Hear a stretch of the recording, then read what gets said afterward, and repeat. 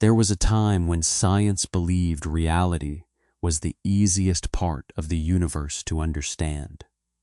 A stone existed whether anyone looked at it or not. The moon crossed the night sky whether anyone measured its position or ignored it completely.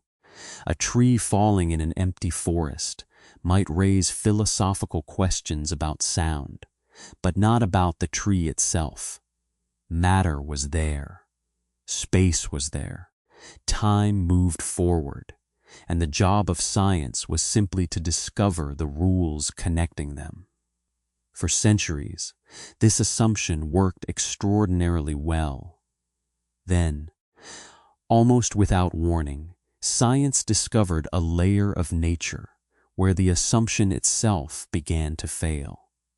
It happened gradually, through experiments that initially seemed unrelated.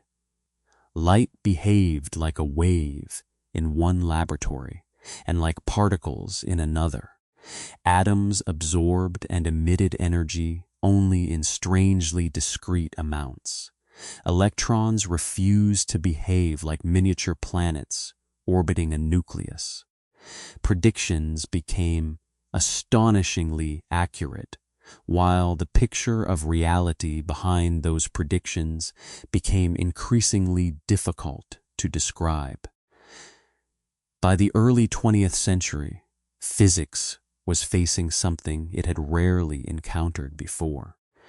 A theory that worked better than almost anything science had ever created, and a reality that seemed to make less sense the more accurately it was measured. The crisis began with something deceptively simple: light. In classical physics, waves and particles belonged to different categories. A particle occupied a location. A wave spread across space. A particle could strike a surface at one point. A wave could interfere with itself, creating alternating regions of reinforcement and cancellation. Light appeared capable of doing both. The famous double-slit experiment exposed the contradiction with almost theatrical simplicity. Imagine a barrier containing two narrow openings. Behind it sits a detection screen. Shine ordinary waves through the openings, and the waves emerging from each slit overlap. Their peaks and valleys combine, producing an interference pattern. Light does this, nothing surprising so far. But when light is treated as individual photons and the experiment is performed so gently that the photons arrive one at a time, something extraordinary happens. Each photon is detected as a localized event. One tiny impact, then another, then another. Yet after enough photons accumulate, those individual impacts slowly build the same interference pattern associated with waves. It is as though each particle somehow participates in a structure extending through both possible paths. And electrons do it too. So do atoms. Under carefully controlled conditions, increasingly large objects can display related quantum interference effects. The problem is not merely that tiny objects behave strangely. The deeper problem is that the language we normally use to describe what happened begins to break down. Which slit did the particle travel through? Quantum mechanics does not necessarily answer the question in the way classical intuition demands. Before measurement, the mathematical description can include multiple possible alternatives simultaneously. Physicists call this a superposition.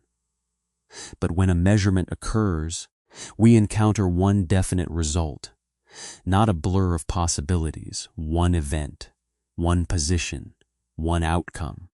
This creates a disturbing gap between two descriptions of nature. On one side is the quantum state, evolving according to an extraordinarily successful mathematical framework. On the other is the world we actually experience, filled with definite chairs, definite planets, definite memories, and apparently definite histories. Somewhere between possibility and experience, something happens, and physicists still debate exactly what that something means. This became known as the measurement problem. It sounds technical.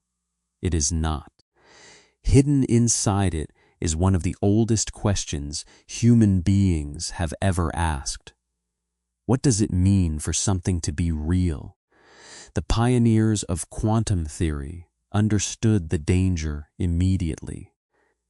Niels Bohr believed that the classical concepts used to describe experiments could not simply be discarded. Werner Heisenberg developed uncertainty relations, showing that certain pairs of physical quantities cannot simultaneously be assigned arbitrarily precise values within quantum theory. Erwin Schrödinger created the equation governing the evolution of quantum states, then became deeply troubled by what the emerging interpretations seemed to imply. And Albert Einstein resisted perhaps more strongly than anyone. Einstein did not reject quantum mechanics because it produced bad predictions. Quite the opposite. He understood how successful it was. His objection reached deeper. He suspected the theory was incomplete. There must be something underneath the probabilities, he thought. Some deeper level of reality, restoring the idea that physical properties exist independently of whether someone chooses to measure them. Because if there were not, physics would have to surrender something profound. The universe would no longer resemble a gigantic machine whose components always possessed definite properties waiting to be discovered. Instead, measurement would appear woven into the description of physical reality itself. Einstein found this deeply unsatisfying, and in 1935, together with Boris Podolsky and Nathan Rosen, he sharpened the objection into one of the most consequential thought experiments in the history of science. Imagine two particles interacting and then moving far apart. Quantum mechanics allows them to become entangled. Once entangled, the two particles are described not as completely independent objects, but through a shared quantum state. Measure one particle, and the correlations with the other can be extraordinarily strong, even when the particles are separated by a vast distance. To Einstein, this pointed toward a problem. If the second particle already possessed its relevant properties before measurement, then quantum mechanics simply failed to describe those hidden facts. But if those properties were not predetermined in the required way, then the world was stranger than classical physics had ever imagined. For decades, the disagreement seemed almost philosophical. Einstein favored a deeper reality. Bohr defended the quantum framework. Both sides could calculate the same experimental predictions. There appeared to be no way to force nature to reveal which picture was correct. Physics had reached an unusual stalemate. Two radically different ideas of reality could hide behind the same equations. Then, in 1964, an Irish physicist named John Stuart Bell found a way to break the deadlock.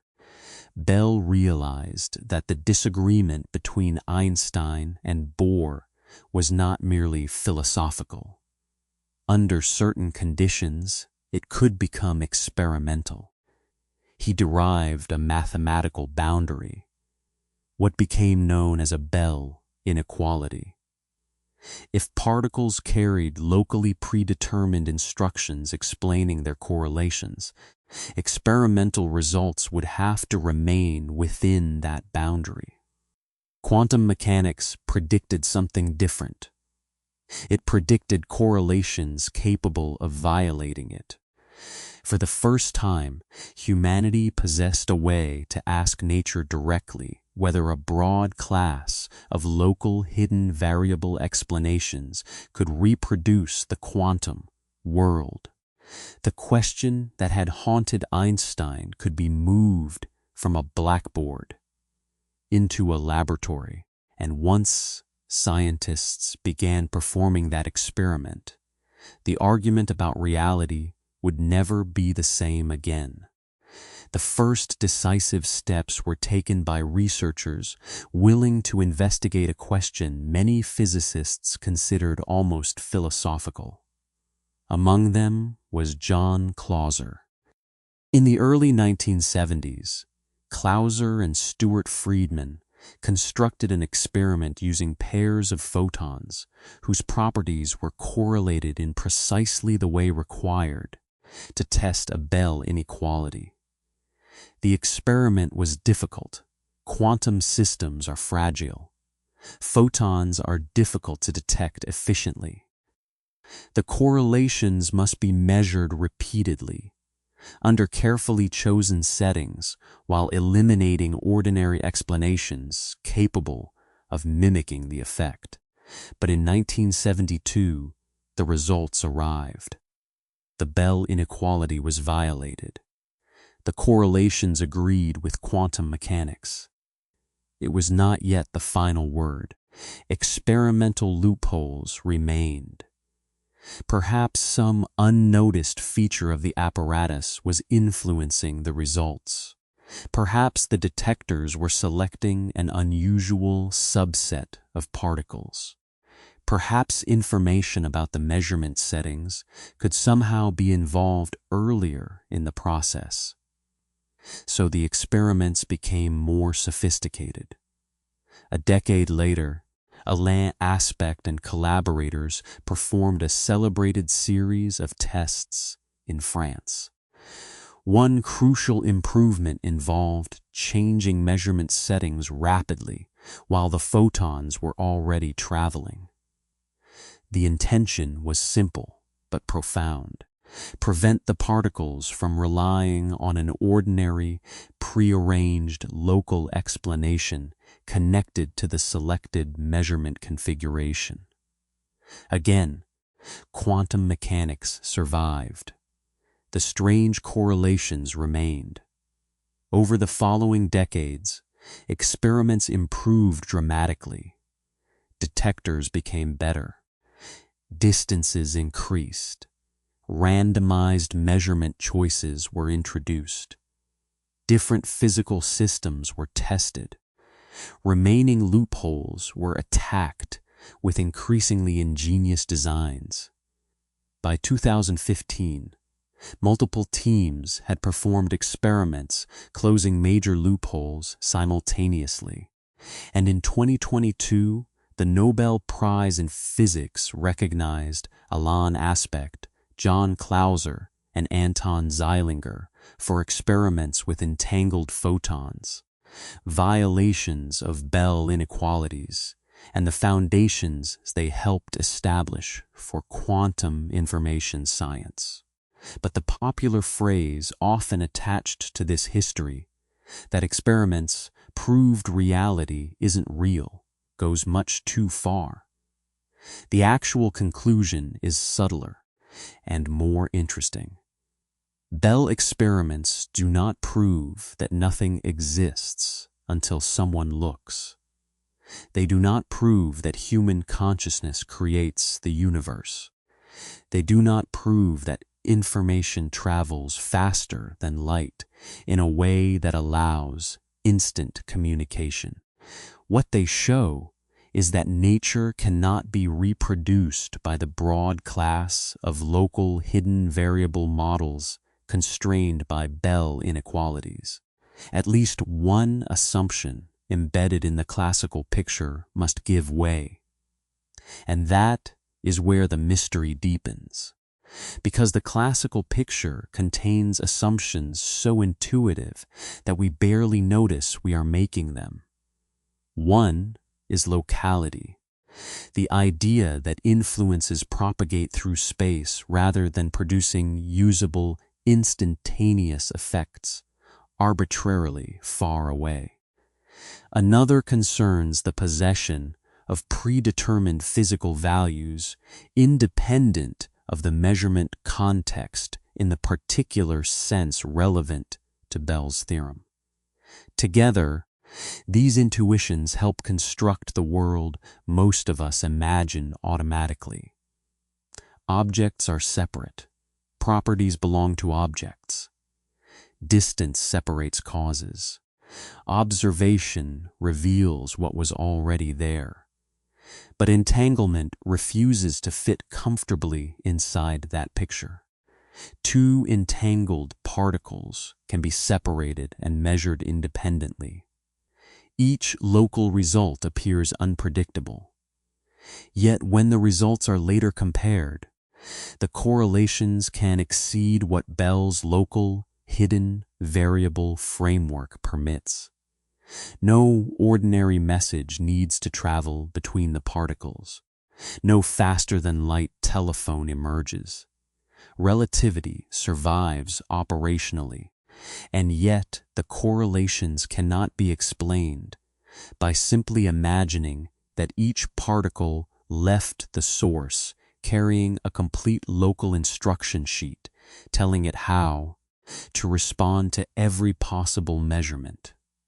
Nature behaves as though the whole experimental arrangement matters in a way classical separability cannot capture. This forced physics toward an uncomfortable realization. Perhaps the problem was not that quantum objects were strange versions of classical objects. Perhaps our concept of an object was itself too classical. Think about what the human mind normally does. We divide the world, this particle, that particle, this location, that location, this moment, that moment. We build reality from separate pieces and then ask how those pieces communicate. But quantum mechanics often begins somewhere else. It begins with a state describing a system as a whole. The parts may not possess independent descriptions containing everything we want to attribute to them. Entanglement is therefore not merely a mysterious connection between two already complete objects. In a deeper mathematical sense, the complete description may belong to the combined system. The parts emerge within the whole. That reversal is easy to say. It is difficult to absorb, because human perception evolved in a world where rocks do not visibly interfere with themselves, and cats do not appear in obvious superpositions. We experience definite outcomes. Quantum theory describes structured possibilities. Why? One important part of the modern answer is decoherence.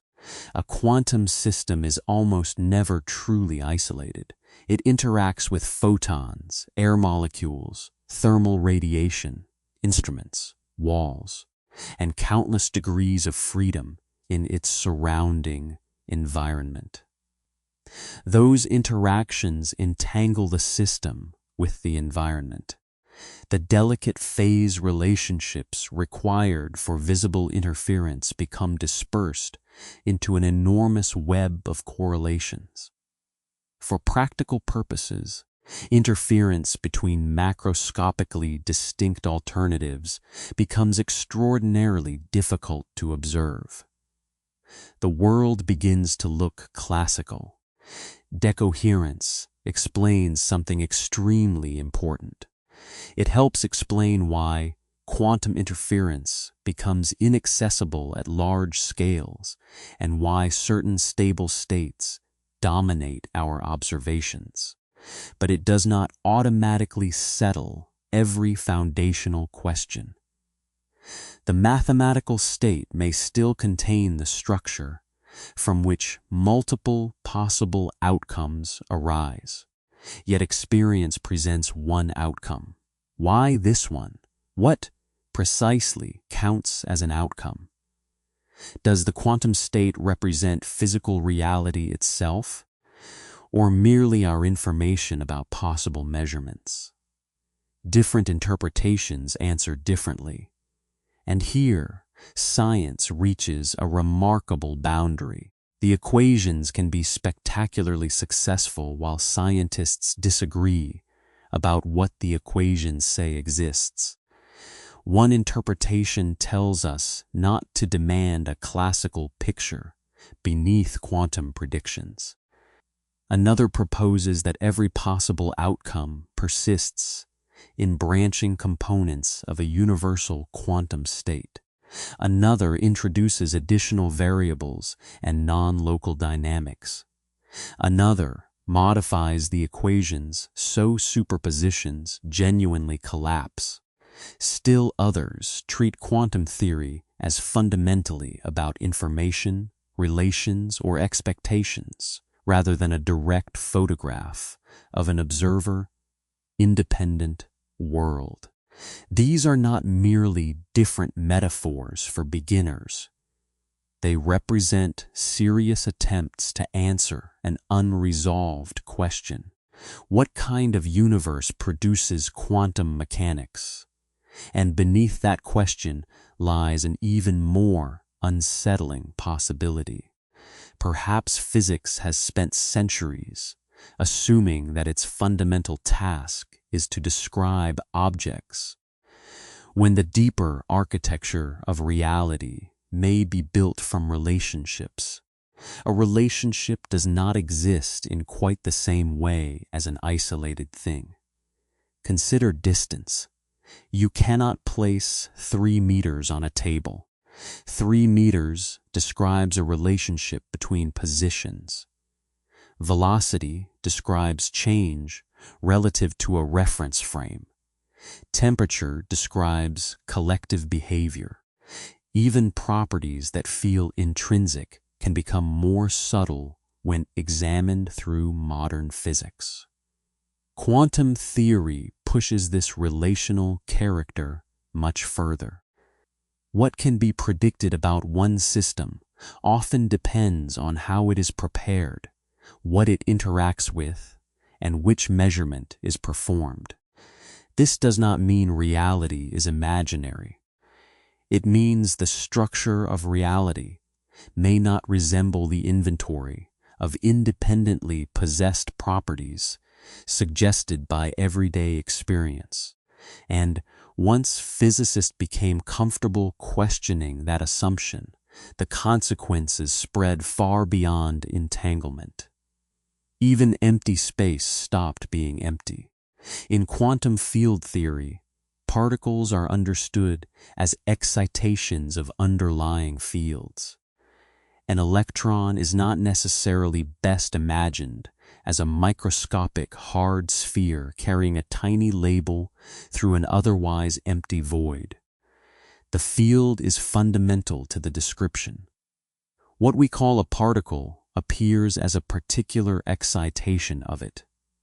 The vacuum itself is not philosophical nothingness. It is the lowest energy state of quantum fields with measurable physical consequences. So another familiar distinction begins to weaken. Thing and background, particle and space, object and environment. The deeper physics goes, the less obvious these boundaries become. Then gravity enters the story. Einstein's general theory of relativity had already transformed space and time from a passive stage into a dynamical geometry. Matter and energy influence space-time geometry. That geometry influences motion. There is no universal cosmic clock ticking identically everywhere. Time passes at different rates depending on relative motion and gravitational conditions.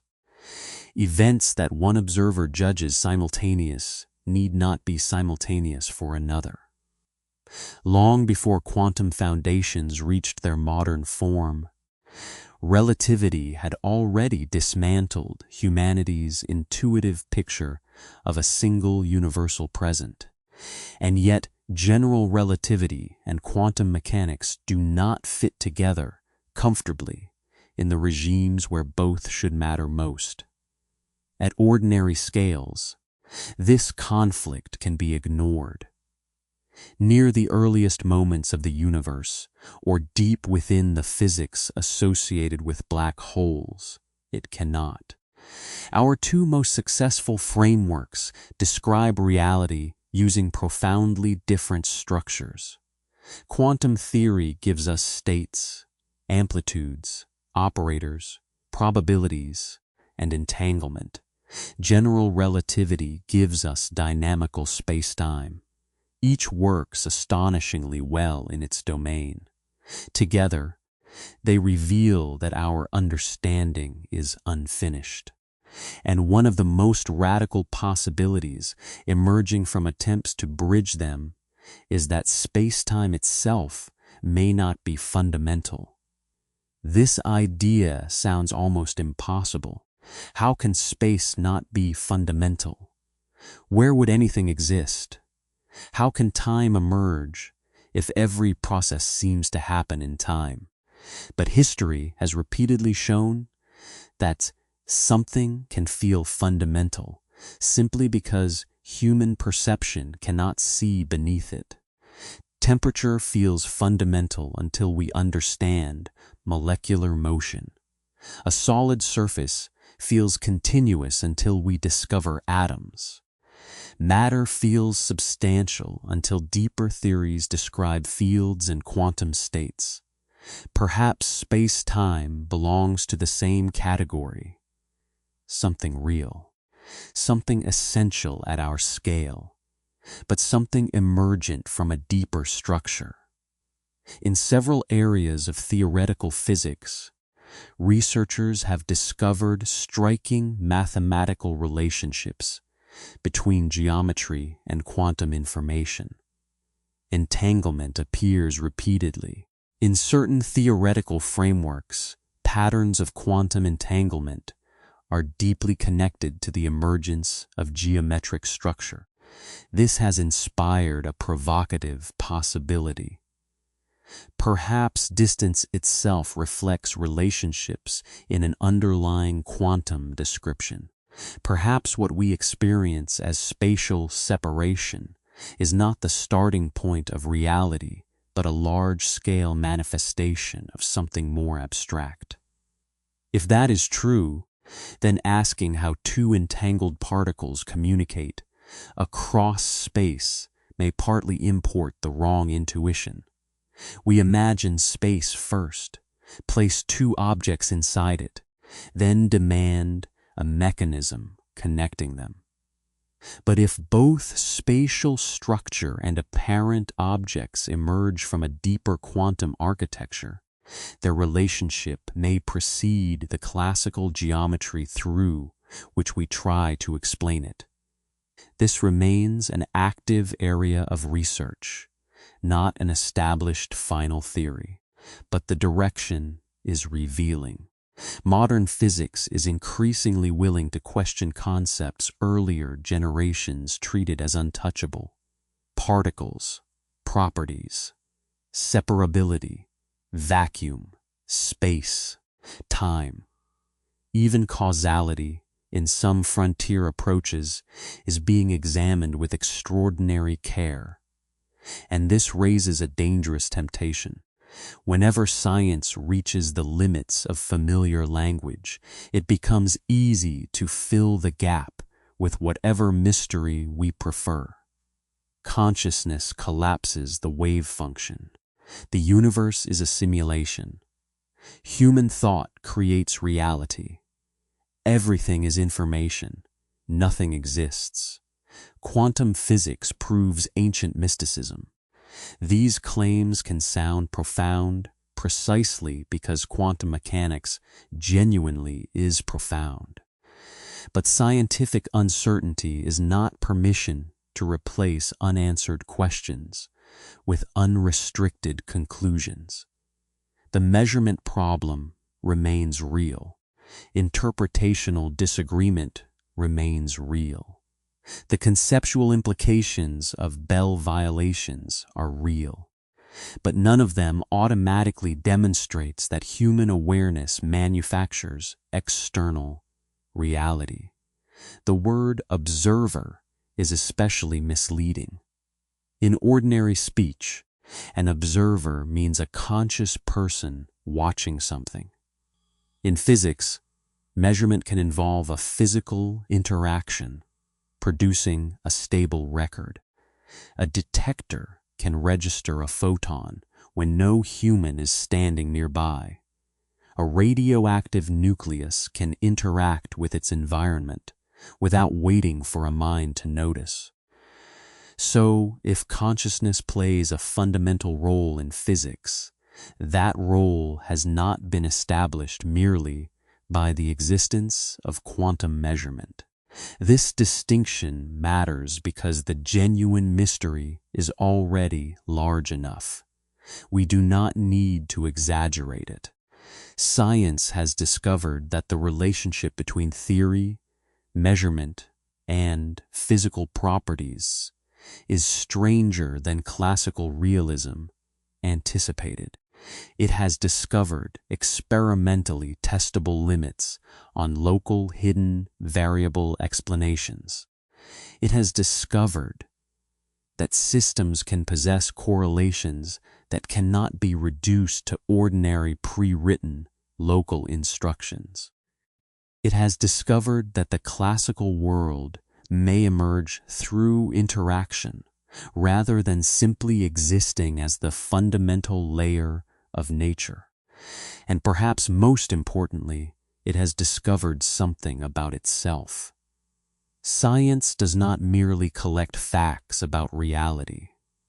At its deepest level, science must also examine the conceptual framework through which the word reality acquires meaning. That realization transforms the laboratory, because the apparatus is no longer merely a window through which a scientist passively watches nature. The choice of experimental question helps determine which physical quantity can meaningfully appear in the recorded outcome, not because human desire commands the universe, but because quantum experiments are physical interactions, and different experimental arrangements probe different aspects of a quantum system. This was one of Bohr's deepest lessons. We cannot always speak meaningfully about microscopic properties while pretending the conditions under which those properties are measured are irrelevant. And once that idea is taken serious, another question appears. If measurement is part of the physical story, where exactly does the measured system end and the rest of reality begin? Draw a boundary around an electron. Outside it sits the detector. Draw a larger boundary around the electron and detector. Outside that sits the laboratory. Expand again. Now the laboratory, scientists, computers, air molecules, walls, and incoming light all belong to one interacting physical system. Continue expanding. Eventually, the boundary surrounds Earth, then the solar system, then every physical system with which it can interact. At what point does quantum mechanics stop? The equations themselves do not contain an obvious sign saying, classical reality begins here. That is one reason the measurement problem has survived for generations. If everything is fundamentally quantum, then the measuring device must also be made from quantum constituents. So must the scientist. So must the scientist's brain. This does not prove that consciousness causes collapse. It reveals why the conceptual boundary between quantum system and classical observer is difficult to make fundamental. One response is simply pragmatic. Use quantum mechanics to predict outcomes and stop demanding a microscopic story beyond what experiments can establish. For many physicists, this is enough. The theory works. Its predictions have been confirmed with extraordinary precision. Semiconductors, lasers, atomic clocks, magnetic resonance technologies, and emerging quantum devices all depend on principles born from the quantum revolution. But other physicists want more. A predictive algorithm is not necessarily an ontology. Knowing what numbers will appear on a detector does not automatically tell us what the universe is made of. And this distinction has generated radically different pictures of reality. Consider the many worlds interpretation. It takes the continuous quantum evolution seriously and removes a special collapse process from the fundamental dynamics. Instead of one possibility being mysteriously selected while the others disappear, the universal quantum state evolves into effectively distinct branches associated with different outcomes. In this picture, the apparent uniqueness of our experience emerges from finding ourselves within one branch. It is a breathtaking idea. It is also an interpretation whose meaning and probability structure remain subjects of foundational debate. Now consider Bohmian mechanics. Here particles possess definite configurations, guided by a quantum wave according to explicitly non-local dynamics. The world regains a kind of definite underlying state, but not the local classical reality Einstein had hoped could complete quantum mechanics. Other approaches propose objective collapse. Perhaps superpositions do not persist indefinitely. Perhaps the usual quantum evolution is modified, causing sufficiently large or complex superpositions to collapse physically. If such models are correct, experiments might eventually detect deviations from standard quantum predictions. Then there are relational and information-centered approaches. These challenge the assumption that a quantum state must represent an absolute catalog of properties possessed by a system from every possible perspective. Instead, physical facts or quantum states may be understood relative to interactions, agents, or informational contexts, depending on the interpretation. The important point is not which interpretation sounds most dramatic.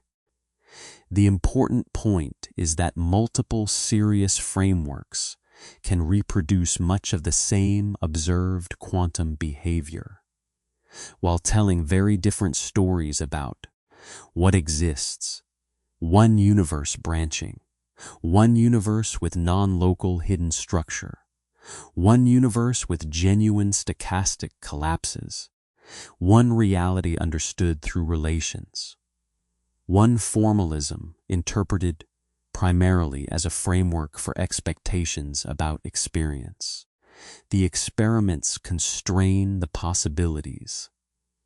They do not yet force everyone into a single metaphysical picture, and this reveals something extraordinary about the title of our story. There was never one literal morning when scientists entered a laboratory, performed one experiment, and announced that reality itself was now in doubt. The day science began questioning reality was a threshold, a historical transition. The moment physical reality stopped being an unquestioned background assumption and became something experiments could interrogate.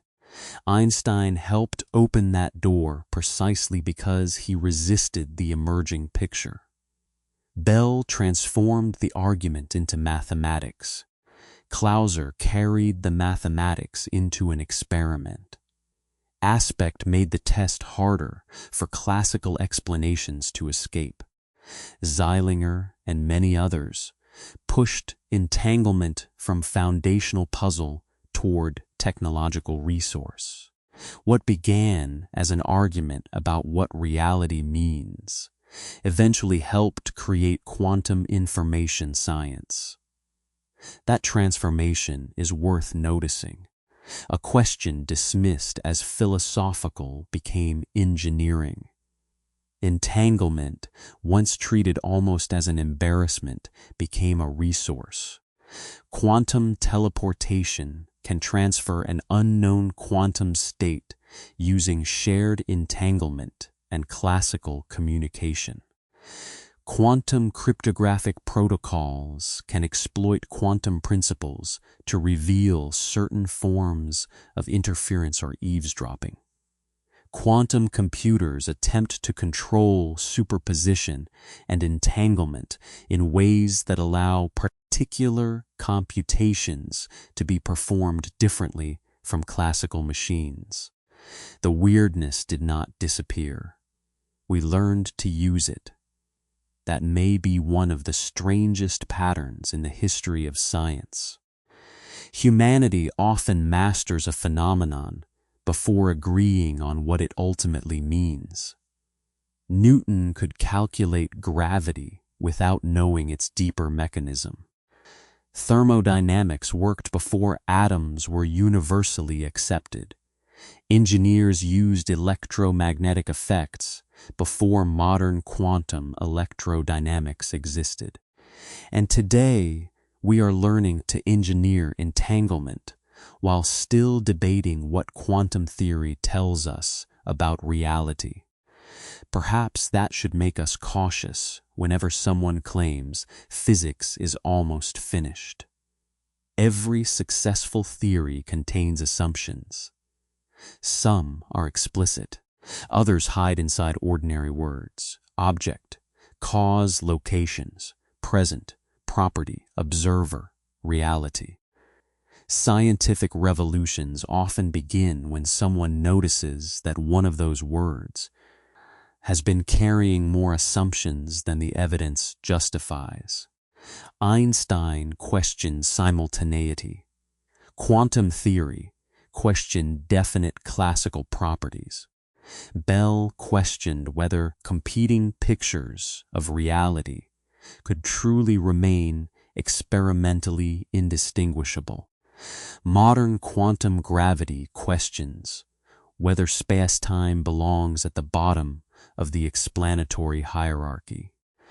The pattern is not that science steadily reveals an increasingly bizarre universe. The pattern is that science repeatedly discovers the limits of human intuition. Our intuition was built for survival at intermediate scales.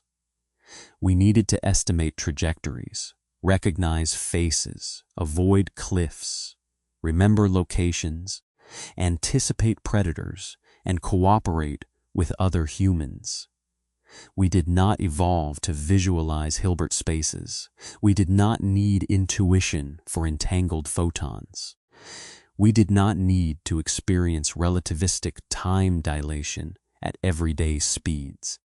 So perhaps it should not surprise us that reality becomes difficult to imagine once experiments leave the scale for which imagination evolved.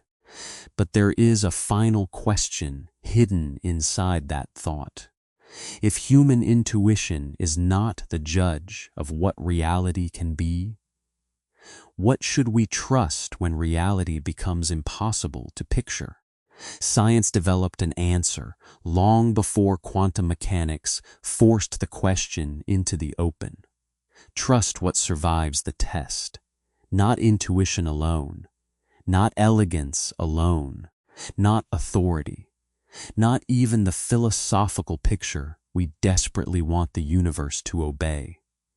Build a model, extract a prediction, design an experiment capable of proving the model wrong. Then allow nature to answer. That is why the story of quantum reality is not ultimately a story about science losing confidence. It is a story about science becoming more disciplined. Einstein wanted a reality with deeper structure. Bohr warned against demanding classical descriptions where experiments could not support them. Bell discovered that parts of their disagreement could be converted into mathematics. Experimentalists then asked nature, and nature violated Bell inequalities. That did not answer every philosophical question. It did something more valuable. It eliminated possibilities.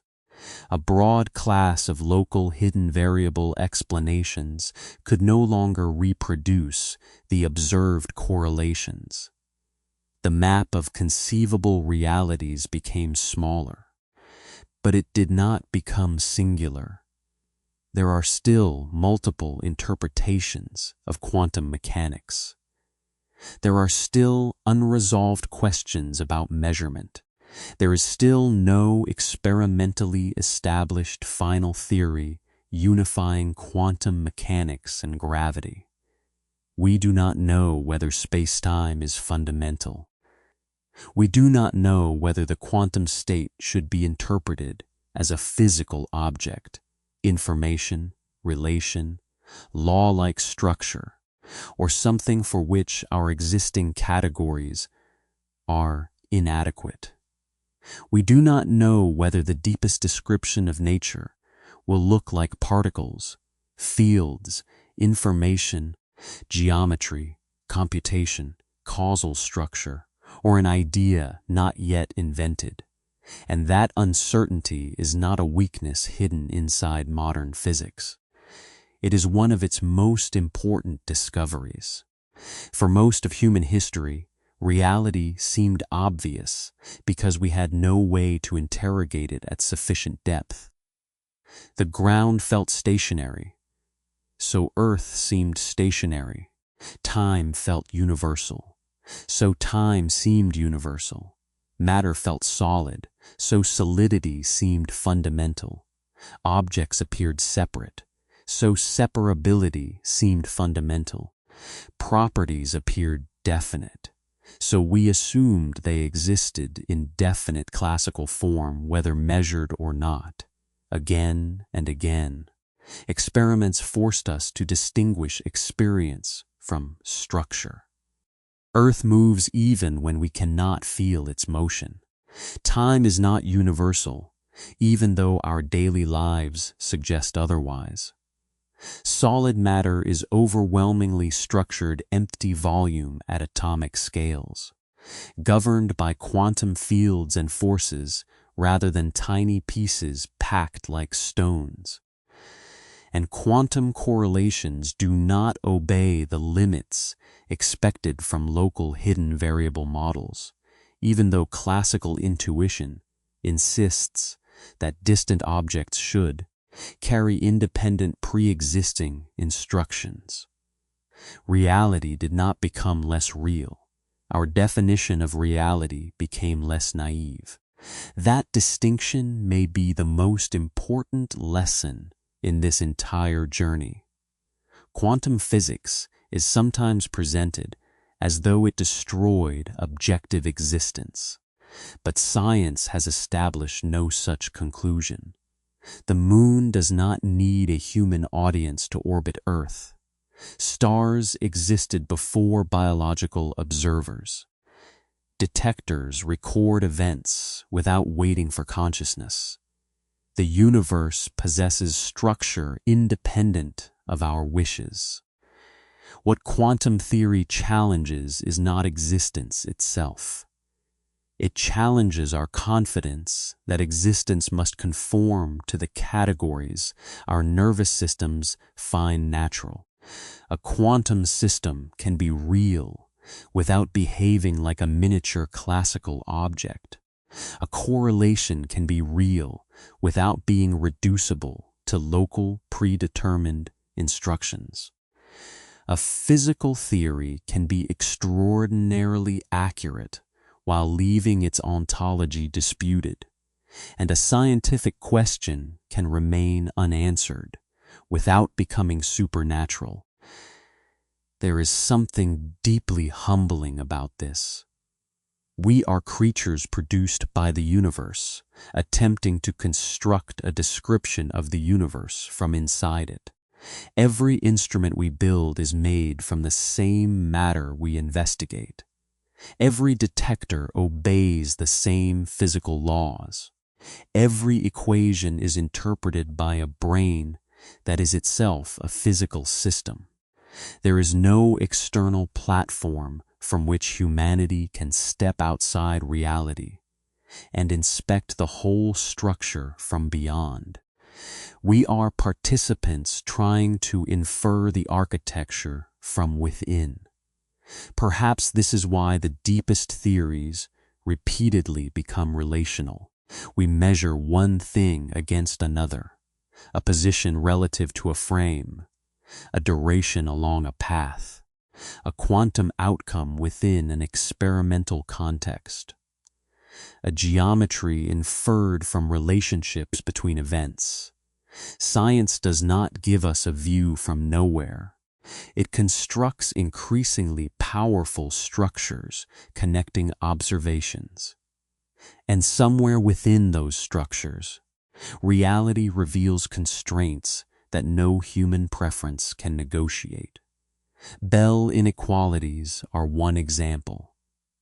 Nature did not care that local classical realism felt reasonable. The experiments returned what they returned. That is the beauty of the story. The day science began questioning reality itself was not the day science abandoned reality. It was the day science became willing to question its assumptions about reality. Those are completely different things. One leads toward arbitrary belief. The other leads toward deeper knowledge. The distinction is the experiment. A mystery becomes scientific when competing possibilities can be forced to risk failure. Bell accomplished exactly that. He took an argument that seemed destined to remain philosophical and discovered a mathematical doorway through which experiment could enter. Clauser walked through it. Aspect strengthened the test. Zeilinger and generations of researchers expanded the territory beyond it. And what they found was not a universe without reality. They found a universe unwilling to fit inside the simplest version of reality we had imagined. Perhaps future physics will reveal a deeper layer beneath quantum mechanics. Perhaps a successful theory of quantum gravity will transform our understanding of space and time as radically as relativity transformed Newton's absolute universe. Perhaps experiments will eventually distinguish between ideas that today remain interpretations. Perhaps concepts we currently treat as fundamental will turn out to be emergent. And perhaps the final framework will be so different from ordinary experience that today's arguments will look like people debating the architecture of a city after seeing only its shadows. We cannot know yet, But we know something we did not know before. Reality is under no obligation to be intuitive, and science is under no obligation to protect intuition from evidence. That may be why this chapter of physics matters far beyond laboratories and equations. It teaches a method of intellectual humility. When evidence contradicts the world we expected, we have two choices. We can defend the expectation, or we can investigate the contradiction. Einstein investigated. Bohr investigated. Bell investigated. The experimentalists investigated. Their disagreements became productive because they allowed reality to arbitrate between ideas. And the answer reality gave was stranger than either classical common sense or comfortable philosophy had anticipated. Tonight, somewhere in a laboratory, a photon may enter an apparatus. A detector will register an event. A computer will record a number. Nothing about the moment will look dramatic. No sky will split open. No visible boundary between the classical and quantum worlds will appear. But behind that tiny recorded event lies a century-long transformation in what humanity means when it says something is real. We once imagined science as the process of discovering the objects hidden behind appearances. Now we know the challenge may be deeper. We may also have to discover which concepts survive when appearances are stripped away. Object, location, property, space, time, cause, observer. Perhaps some will remain fundamental. Perhaps some will emerge from something deeper.